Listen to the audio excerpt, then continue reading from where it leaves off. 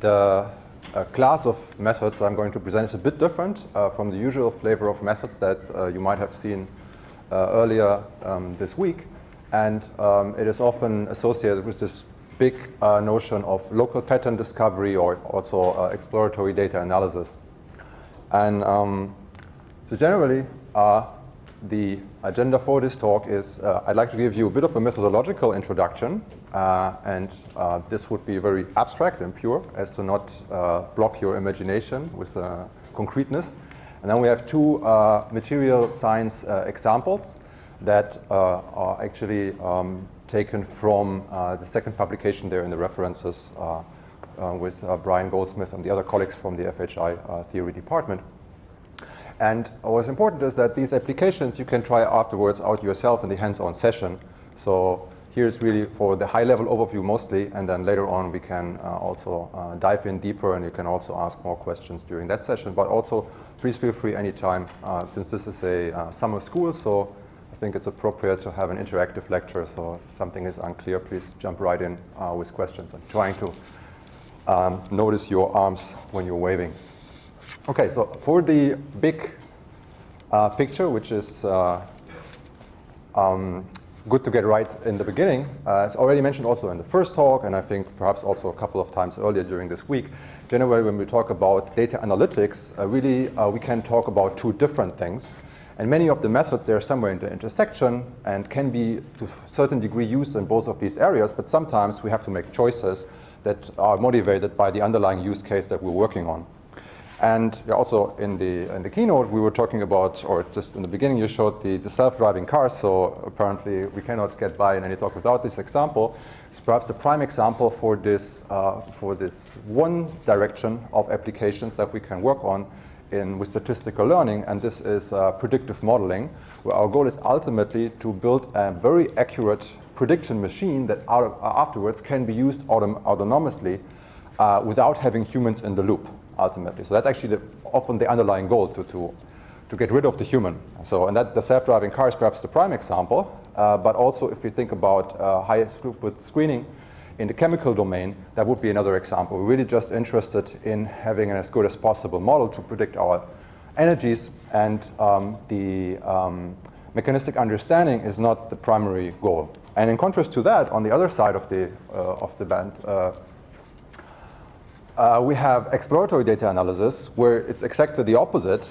Here, we do not want to get rid of the human, but to the contrary, we really prepare models, insights, patterns, automatized findings, but in order to present them to the human afterwards, in order to develop mechanistic understanding and really have an explicit representation of effects that are take place in our data set between the different variables. And in the subgroup discovery, we are decisively in this direction, and this is where we do our trade-off. So it has been already mentioned that one of the known trade-offs is the accuracy simplicity. So if I want to be able to interpret my model afterwards, I might make some concessions when it comes to how accurate it is. Then this rules out a couple of methods perhaps already with high nonlinearity or other black box mechanisms like kernel functions. But there's actually another implicit trade-off that is not so often talked about, and that is this trade-off between generality and locality. Because another distinctive feature between these two sides is that in the predictive modeling case, like in the autonomous driving, I have to be able to make a prediction for every given sensory input. Similar for my high throughput model, I want to predict an energy for every material that comes in. The prediction might not be as accurate, similarly accurate in any region of the data space, but ultimately the goal is that we are able to do this automatized prediction. In contrast, in the exploratory data analysis case, I am actually allowed to say I don't know sometimes, and I can focus with my automatized observations on those areas of the data space where I have strong, clear trends. So that is this idea of locality. So to a certain degree, we're allowed to sacrifice generality in order to focus on the areas where with high confidence we can say something about our data domain. Now, how does this look more concretely? In this example, so I'm starting with the basic classification setting here. So generally, our setup would be we have a sample of a potentially larger population of our interest. And in our case, this would be materials. And for each of these materials of the members of this population, I can measure certain variables, certain properties. So first of all, there is one, the one most important property, which I call the target variable y. And in our case now, in the starting case, this would just be, this would take on a value one of a fixed small set of possible classes in this basic case. And additionally, I have a couple of descriptive features. So in this example, I have two numeric descriptive features, x1 and x2. And the target variable is this distinction between boxes and circles in this case. Now, if we have the mindset of predictive modeling, now we would like to have a model that for the complete space tells us where would I find boxes, where would I find circles.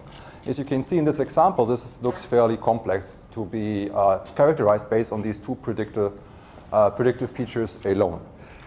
Anyway, if you start with this mindset and you also keep interpretability in mind, then the prime technique that is usually used in the data analysis community are decision trees, because they have this nice human interpretable shape of my decisions, why I classify certain regions in a certain way. And in this example, the optimal decision tree of a depth 2 looks in fact like this. So first I would make a decision splitting on the x1 axis,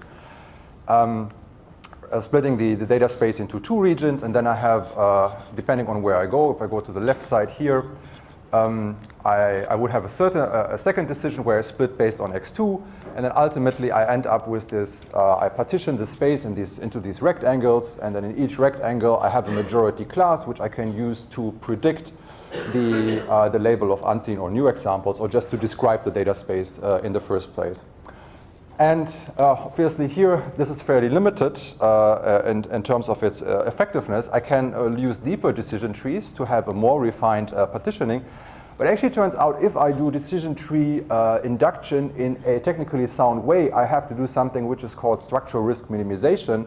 And that says if I go and build more and more complex trees, actually the generalization ability or also the performance on unseen data will deteriorate because of the high capacity of the hypothesis class. So it actually turns out that if you do it in a sound way, the level 2 decision tree is actually already optimal in that sense, that having this trade-off of accuracy and robustness. And now you can see that while you have a certain accuracy which is not very high, you predict with 60% accuracy or so in the example, actually some local regions in the data space which are highly interesting in a way, because here, as you can see, we have only circles and here we have only boxes. The decision tree does not represent these regions at all. Why? Because it has to take into account the global picture at all times. And this is the optimization function that is optimized by it. So here we actually jump now in with subgroup discovery and we say, okay, wait, let's change the underlying objective. We are interested in these local observations. Let's neglect the global accuracy and focus on subspaces of the data space and try to automatize, in an automatized fashion, find these subspaces where we have actually strong observations. So the way this looks like is actually very similar when it comes to the model language, to the decision trees. So the way we do this is we fix basic propositions, so simple Boolean functions that are formulated in terms of our input features. In terms of the numeric input features that we have here, these would just be inequality conditions. Okay, so my one proposition could be, okay, x1 is less than that and that threshold, or x1 is larger than that and that threshold. And I do so for every of my variables, and in this way I can also mix in other measurement types, like also numeric measurements, non-numeric measurements, where I just would have equality constraints. If I have counting variables, I could have algebraic features, number theoretic features, and we also see that afterwards. But that is really also part of the input design, just as it has probably been mentioned that the feature design is very important also for the materials, not only for the materials applications, for any application. Also here I have to make sure that I design these propositions in a physically meaningful way that have some connection, some plausible connection to the domain. And then after this step, I say, okay, now I consider the selection language for local data regions, which considers all possible conjunctions of these individual basic propositions that I have set up. And in this way, I end up, in this example, with regions that I can describe with these selector functions that are similar to those regions that I can actually describe with a decision tree, but now we can do so in a decoupled way. So by forming the conjunction between these inequality conditions, ultimately I can also carve out these axis parallel hyperrectangles that we have seen before. So now it's only rectangles, but usually in reality we have a lot of variables, so it would be d-dimensional hyperrectangles. And here you can see some two example subgroups. So this would be now subgroups or subpopulations. So a subgroup ultimately would be the combination of the selector function that I have in the form of this conjunction, plus the model observation that I have within that subpopulation that is described. So I have this intentional description of the subpopulation by the formula, and then this what I would call the extension of the subgroup. And these two are relatively random, just to illustrate the kind of language that we're using. And ultimately, we want to find useful subpopulations. So how do we do that? We set up an objective function that very generally in all the possible variants that I'm going to show you can be written as a product of the coverage. So the described subpopulation would be here Q. It would be the subset of the sample that is selected by the selector. And then I consider the product of the coverage. And usually I have some weighing parameter here also, but we can ignore this for now. Coverage, and I have, so the coverage would measure the relative size of the selection. While I am willing to sacrifice some of the generality, generality is still a good thing. So I'd like to have local observations that are as general as possible, but not more so than they are. And on the other hand, I like to have as strong as possible effect in that subpopulation on my target variable y. Okay? So as I already mentioned, the coverage would just be the relative size. When it comes to the definition of effect, this highly varies depending on what kind of effects I'm looking for, what kind of patterns do I want to identify. And in this case, where I have the multi-class or multinomial target attribute, one way to define the effect is to say I am looking at the relative reduction of Shannon entropy among the label distribution. So I have a global distribution of circles and boxes, as in this example. It would be 50-50, so that would have a Shannon entropy of 1. Okay? So that would be the HY in the whole sample S. Okay? And then in my subpopulation, I can again compute the Shannon entropy if, like in these cases, the distribution is actually pure. I only have circles, I only have boxes, I have an entropy of 0. So that would, in this normalized formula, evaluate to 1. I have the maximum effect. And in the same sense, if I had no change in distribution, it would be effect of 0. And we interpolate linearly between these two things. And as you can see in this motivational example, we actually select exactly these highly pure regions with this method. So one other thing is, whereas in the decision tree example, or generally in global predictive machine learning, I'm always optimizing one model. In this subgroup discovery optimization, I have this selection language, and ultimately I can rank all the possible selectors that I have according to my objective function. And I can also select multiples because they talk about different parts of the data space, perhaps talk about different regimes, underlying regimes of the material space, and they're actually complementary, and very often I'm interested in more than one model. And if I'm lucky, they can actually be patched together to result in a global model. And this is exactly what we see. Okay, first of all, to check that, we did not represent these patterns, but we have seen this already earlier. It's exactly actually what we see in the first application example, and now yes, please. Before going to the example, yes. to go back to your, can it happen that you have two subgroups which overlap? Or Yes, you don't exclude this in any way. Actually, this is part of the problem if you look into more advanced methods, that very often if you have one region where you have very strong effects, you might get a lot of alternative descriptions for them. So you have actually to take into account redundancy among the selectors, like also semantic redundancy in the descriptors, but there are ways to rule that out. And then sometimes you have to do even more. You have to do like a projection pursuit approach that you say, okay, in my first subgroup, I already covered this part of the space. Now I'm going to discount the coverage in that part in order to, in the next iteration, have a higher incentive to cover other parts of the data space. So they can, which is on the one hand a feature, on the other hand it can also turn into a problem that one very dominant region where you have very strong patterns might actually hide other parts of the data space where you still have good patterns, but not as good as in the first region. But then there are techniques to address that as well.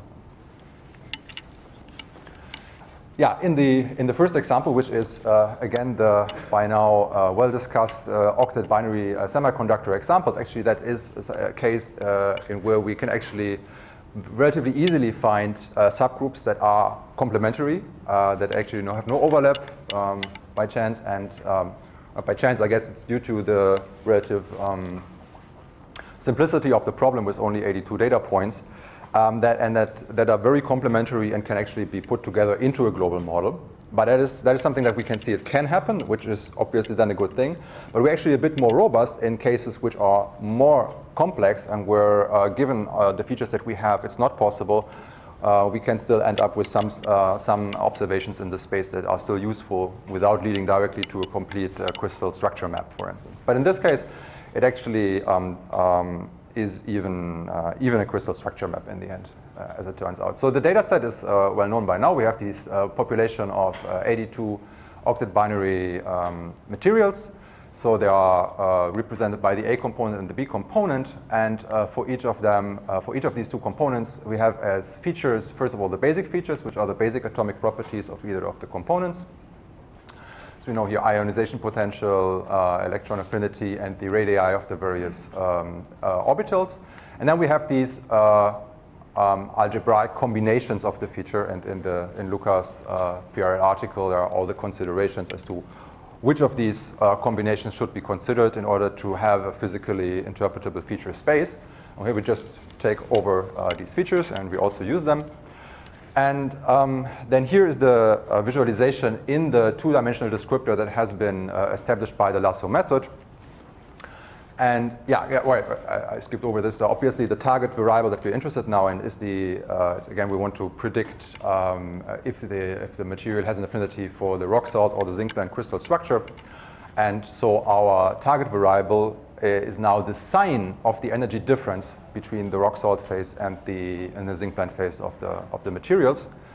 So I have generally a zinc blende class and a rock salt class resulting from that. And running the subgroup discovery algorithm reveals as a first subgroup here this zinc blende group identifying these materials, and it does so not based on the features that we have here, and I'm going to compare this in a second, but only using a conjunction of two basic propositions about the radii. So we have the difference, the absolute difference in the p orbital radii between A and B less than 1.15 angstrom is the first condition. Second condition is the s orbital of the first component has to be smaller than 1.27 angstrom. And this selects these 40 materials, all of which have a zinc blende affinity. So we have an effect of 1 because the label distribution is, so the class distribution is pure. And also we have a fairly large coverage of almost 50%, and particularly selecting 40 of the 41 materials which have the zinc blende affinity. Now, as I mentioned, we can look at two more subgroups in that list, and it turns out that the first rock salt group that we find actually nicely complements this first subgroup, and this is also interestingly defined on the same features. So these are all very good outcomes in that sense, and so we can almost select the whole complement. So we get 39 of the 41 rock salt affinity materials, and then if we patch this together, we actually end up with a complete description of, almost complete description of the space. So if I talk now about local models, it's actually very global. We actually only rule out 3 materials about which we can make no prediction. And then it turns out when we look into these materials, they actually have a very, very small energy difference of less than 0.05 electron volts. So these are reasonable exceptions for my global model. Now, to see, like, if I plot the two subgroups in this space, which is designed in a way to have a good linear function as a separating hyperplane, the subgroups actually don't have a very logical shape. But now, actually, what I did here, I discovered a new representation only based on the orbital difference here and the orbital radius of the A component. And if I replot this, I end up with this thing, which I can consider as a crystal structure map. And here we have really these, as I said, these, in a way, these axis parallel hyperrectangles which demarcate the blue group, the zinc blende group, and the rock salt group. And you can see that the space is different. You get different results because you ultimately have a different hypothesis language. Now you don't, like in Lasso, you look into the linear separating function, and here we have these boxes. So this determines why we end up with different descriptors in the end. Okay, so this shows nicely how local models can then ultimately also use to create global models if you patch them together. With this, I think I'm using already a lot of time. I'm not sure how much time I should use. 10 more? Oh, well, that's okay. But anyway, we have more time afterwards, so if I now get a bit faster, I guess that will be okay. And ultimately now what we're going to do is we generalize this first setting that we have identified. So now we started with having just a discrete set of possible target values, and now we generalize. First thing, we go to the regression setting, so we have a real value target variable. So for instance, we could directly investigate energies, right? And so the Kriging has already been mentioned, so it would be one thing now to do. Again, if I go back to the predictive modeling mindset, I could use Kriging or Gaussian processes, which is an alternative name, I think. And then I could learn a smooth function, now in this example now the target variable is now the y here on the numeric axis, and I have also put in again circles and boxes, I think, to have at least 2 descriptive variables at my disposal, but I already mentioned that I can mix types of variables, and x1 is as before.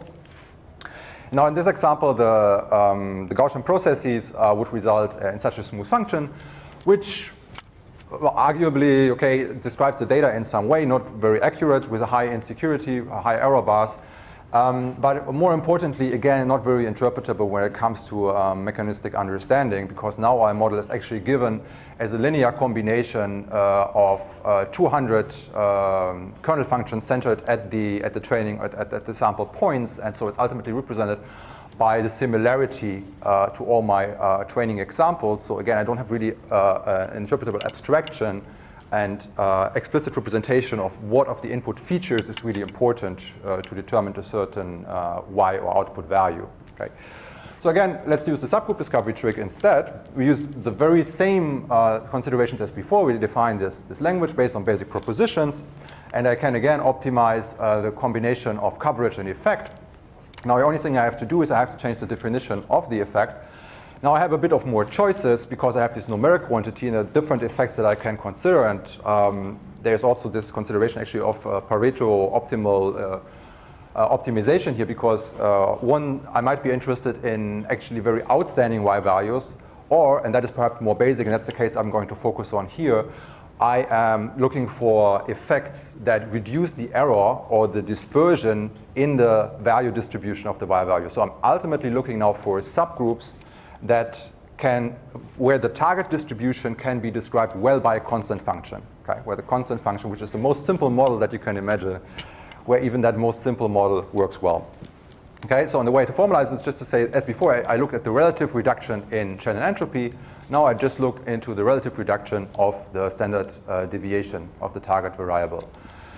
And yeah, running this in this example yields this. This region is arguably a bit small, but it's highly accurate and has actually a good prediction band where I can describe, so here I have this connection, the x1 value is large, the class of the x2 variable is a, and then they're all lined up here on this constant line. Okay? So this is now the intuitive or the didactic way to do this. Now let's look into our second application example. And here we change the data set a bit, or we change the data set completely. Now we have a different population that we investigate. And this is a much larger population in total, and we only have a sample of 20,000 of them in the end. And the population is small gold nanocluster configurations. So we have various sizes here from 5 to 14 atoms. And we are interested for now in the numeric quantity of the homolume energy gap of these clusters. So here I plotted this variable against the overall stability of the clusters. And I'd like to discover, again, regions where I can predict this property fairly well with a constant function. And I like to identify these regions by just the geometry of the cluster. So now we have a homoatomic structure, so we have we have to find a different feature representation. So what we're doing now is we're mapping these geometries to a fixed feature table tabular representation. And the way we're going to do this is we're just counting we're counting how often atoms in the structure have a certain number of bonds. Okay, so we have this distribution of how many neighbors does an atom have. So this is a graphic explaining this for this structure. So we have 3 atoms here that have 2 neighbors, 1 that has 3 neighbors, and so on and so forth. So I'm getting this distributional representation of the geometry, which has the advantage that it is translation and rotation invariant, which is already meaningful from a physical point of view because the properties should not depend obviously on the position in space. Okay, and then in addition, I also have the number of atoms. I have, if it's a 2D or 3D structure, and I have certain derived features based on this coordination number. And the first thing that we can, this is actually mostly academic introductory example, is I can rediscover the insight that if I select all the structures that have an odd number of atoms, thus they have an unpaired electron, they have a very small HOMO-LUMO energy gap. So this is makes sense physically, and is subgroup discovery based on the definition of coverage and effect that we have chosen would discover this fact again, and would have a coverage, very high coverage of 50% of my material space, and have almost maximal effect again.